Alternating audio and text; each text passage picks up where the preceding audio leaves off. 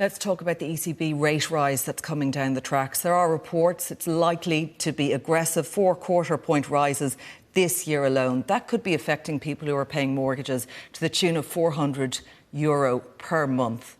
What's your message to mortgage holders who are already saying, we are squeezed every which way right now? Well, that report is very different to the guidance the ECB are giving regarding what they're going to do in 2022. The ECB are very much aware about the need to act independently to deal with inflation, to try to get it down. But they also do appreciate the risk of changing interest rates in such a way that it has a really, really adverse effect on the ability of our economy to grow. What I say to those, all that being said, who are worried about the rising cost of borrowing, what it will mean on a mortgage, is again, this feeds back to why we are trying to help with the measures that we are bringing in. What are you saying to people and the on measures that? that we Are will you put saying in to place people, for 2020? fix your mortgage now? Claire, sorry, you asked me a question, just let me conclude. And of course, it's going to feed into what we will do in Budget 2023, when again, we will, across the year, try to put measures in place to help with a cost of living we know is increasing.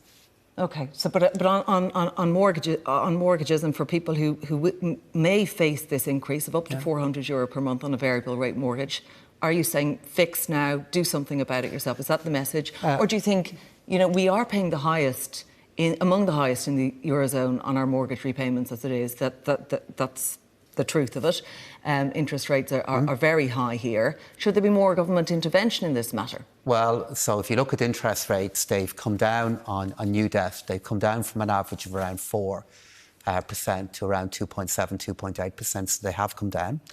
And the reason why interest rates are still high here in Ireland versus other EU countries is, firstly, we had a huge banking crisis that affects how our banks are regulated and how much capital they hold.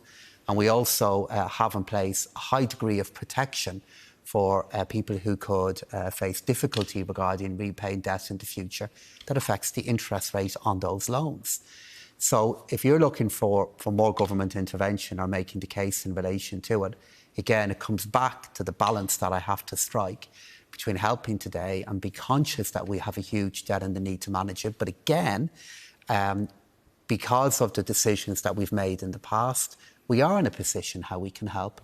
We've done it this year, and as we move through next year, if and when the resources are there, we'll do our best to do it again. OK, so in the meantime, brace yourselves on that one. Ulster Bank and KBC, you mentioned the banks there, they are closing, they're exiting the market. We've had the Financial Services Union urging the central bank to order those banks to extend their timelines for leaving the market. And would you agree with that? Do you think those extensions should be in place? Well, that's a matter for the central bank to make a decision on. I mean, we have What would you think about that? I mentioned the global financial banking crisis there a while ago. One of the things we learned from that is there's some things that have to be left to regulators to do as opposed to politicians.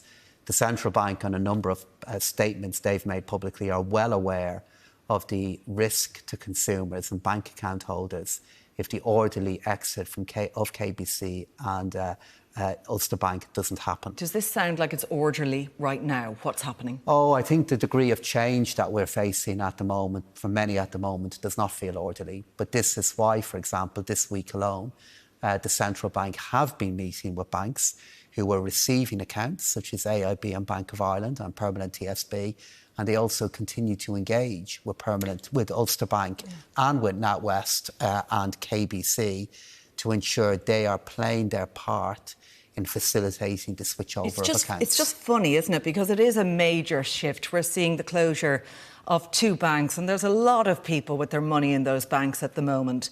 And, we wouldn't really know about it if it wasn't for the media reporting on it, or reporting difficulties that people are facing with the switch up and the fact that it's not so seamless for plenty of people right now.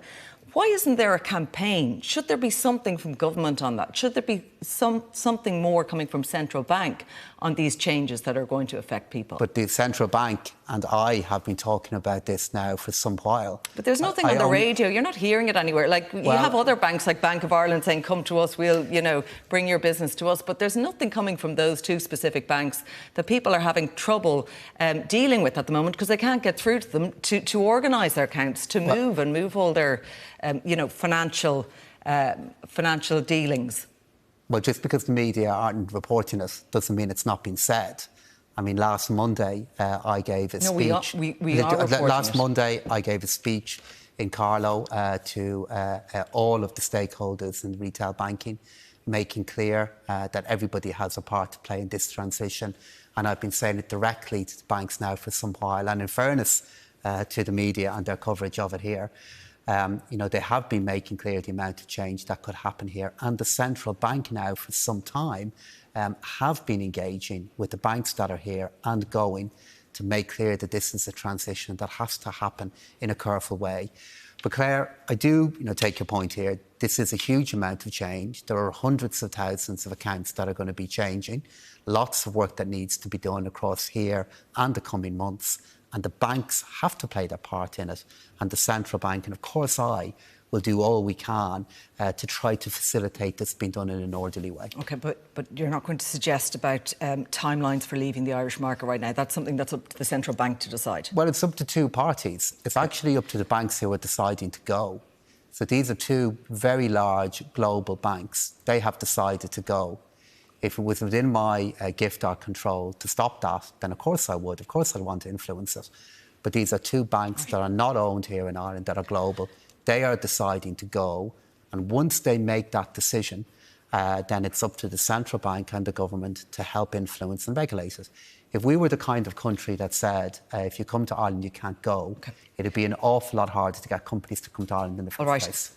Let me ask you about a story report by Craig Hughes in the Irish Daily Mail today of how senators and deputies from Fine Gael and Fianna Fáil were guests at a race day event in Punchestown that was hosted by the gambling sector at a time when efforts are being made to rein in this sector and to regulate gambling in this country. Would you have accepted that invite? I wouldn't have, and the reason why I wouldn't have is, as Minister for Finance, I have responsibility for the taxation of the sector. I have a particular responsibility for the sector in terms of how they're taxed. I have changed the taxation regime in relation to the sector through budget day measures. I do meet them, I do engage with them. What would you go for? You wouldn't go for a day at the races? I wouldn't, for the reason I've just said there. But what about? So, what do you think of your Fine Gael colleagues going and government colleagues There is going? a difference between being, Minister for Finance, who's responsible for the taxation of the sector, and then being a TD or a senator who isn't. So who is interested they can't in the be sector, influenced? I mean, who is what's interested in the difference? sector, and of course they're there to hear what the sector has to say. But this is why we have lobbying legislation. It is correct to ask about how influence and advocacy happens with politicians, between companies, between sectors, and with politicians.